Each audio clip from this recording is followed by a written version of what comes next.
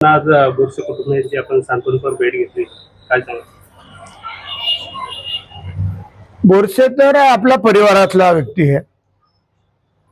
माझे गायकवाड असेल, प्रभाकर निकम असेल, हे सगळे कामगार वर्गातील शेतकरी कष्टकरी वर्गाचा आकडा आपला भाग आहे.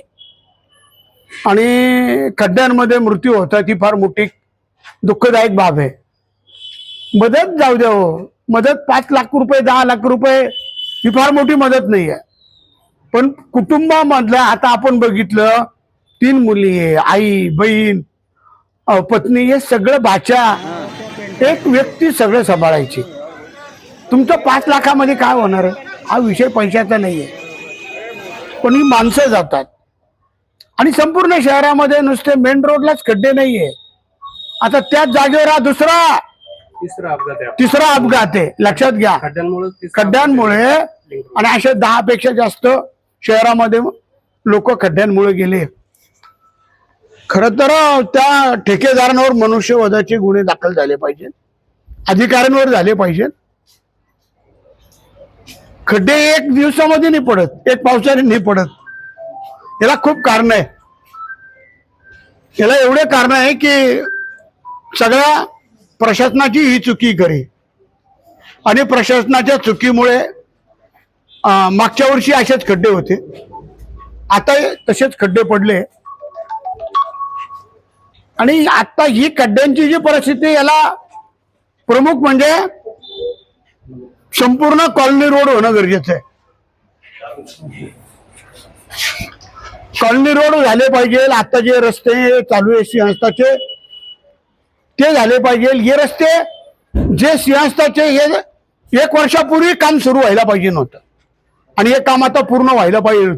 जे युटिलिटीचे काम, युटिलिटी म्हणजे गॅस पाईपलाईनचे काम, BSNLचं काम, तुमचं पाईपलाईन, मलविसरण म्हणजे ड्रेनेज, या पावसाळी गटार, हे सगळे कामं अगोदर जर झाले असते तर आज ही परिस्थिती उद्भवली नसती. पण आज एवढे नागरिक मृत्युमुखी पडतायत आणि त्यांचं पूर्ण कुटुंब हे अतिशय दुःखामध्ये आहे. आपण बघितलंय असे सर्वच परिवाराचे आता मी दिवशी जे गायकवाड वारले त्यांची आई पण वारली. मी आता कोकणगावून तिथून अंत्यविधीनं चालू आहे. अण्णा, आयुक्त, महापौर, उपमहापौर हे सातत्याने दौरे करतायत, मात्र खड्डे काही बुजले जात नाही. त्याबद्दल काय सांगाल? आता ते आले उपमहापौर आले, ते सांगतील खड्डे का बुजत नाही. खड्डे बुजले पाहिजे आणि त्याच्यावर कायमस्वरूपी सोल्युशन निघालं पाहिजे. मला वाटतं आताच उपमहापौर आणि महापौर, मुख्यमंत्री महोदय, मला वाटतं उद्योग मंत्री, उपमुख्यमंत्री यांना भेटून आलेले आणि त्यांनी सांगितलंय, महासभेचा विषय झाला का 1350 कोटी रुपये कॉलनी रोडला मिळणार आहे. आणि ते मिळाल्यावर प्रत्येक प्रभागाला 50 कोटी 40 कोटी जसे असेल आणि जसा परिसर असेल, जसं क्षेत्र असेल त्या पद्धतीने निधी मिळणार आहे. व तो मिळाला पाहिजे. आणि कॉलनी रोड झाल्याशिवाय परिस्थिती सुधारणार नाही. आणि गिरीश भाऊ महाजनांनी पण सांगितलं की आम्ही आता हे रस्ते बनवू.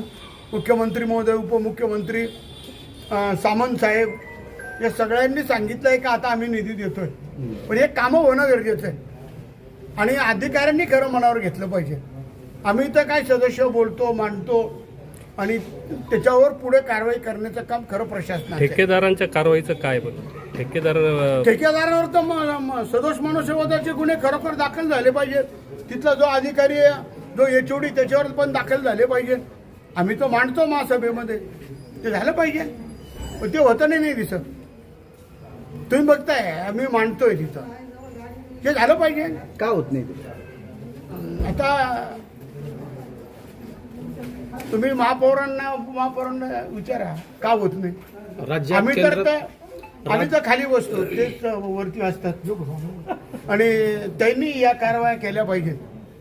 राज्यात आणि गल्लीपासून जरी आमची सत्ता आहे, परंतु आम्हाला पण बंधनं येतात. आम्ही भरपूर मांडण्याचा प्रयत्न करतो, मांडतो आणि नागरिकांना न्याय मिळावा ही आमची 100% इच्छा आहे. तुम्ही बघितलं प्रवीण गायकवाडला पहिली मदत करण्याचं काम मी केलं आणि तिथून मग सर्वांना मदत करायला सुरुवात झाली. न्यायालयाचे आदेश पण तसेच आहे. त्या जर मृत्युमुखी पडला तर 6 लाख रुपये, गंभीर दुखापत असेल त्याला 2.5 लाख रुपये मिळाले पाहिजे, हे आम्ही मांडण्याचा प्रयत्न